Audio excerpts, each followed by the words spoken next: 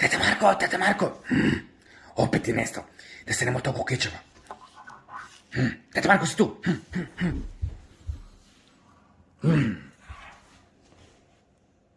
Nije tu. O, šta je ovo? Tragovi. Tata Marko. Joj, bolje da te ne nađem.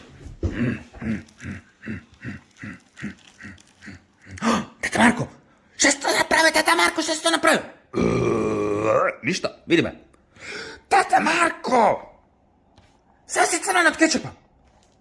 Da, ali rukica je bijela. Ali Tata Marko, ne već što je rukica bijela, cijeli si od kečapa. Lele, rekla si da rukica mora biti bijela i rukica je bijela. Tata Marko, ovo je gore nego što sam mislila. Išao sam kod doktora, ideš odmah kod doktora. Poznati specijalist je u gradu.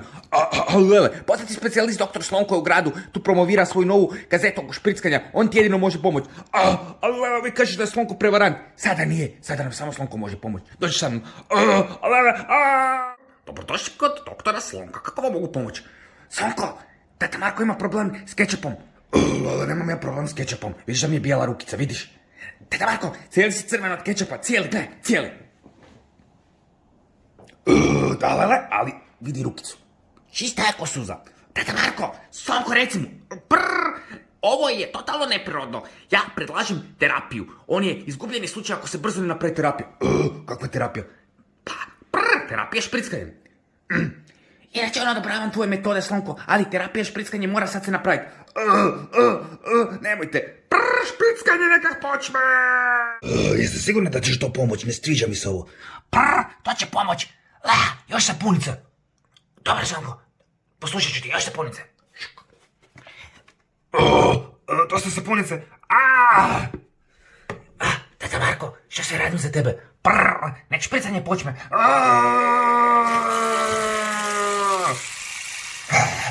Ne brini se, bit će ti bolje kad te pročistimo. Tata Marko, onda se više nećeš jesti sa kečapom.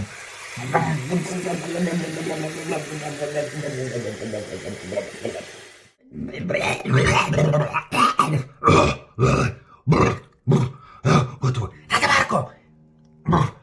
Lele, čist sam, vidi. Tata Marko, odlično, vidi. Rukice su ti bijele, sam si bijel. Čist sam. Fuj. Vidiš, uvijek je teško, ali dobro.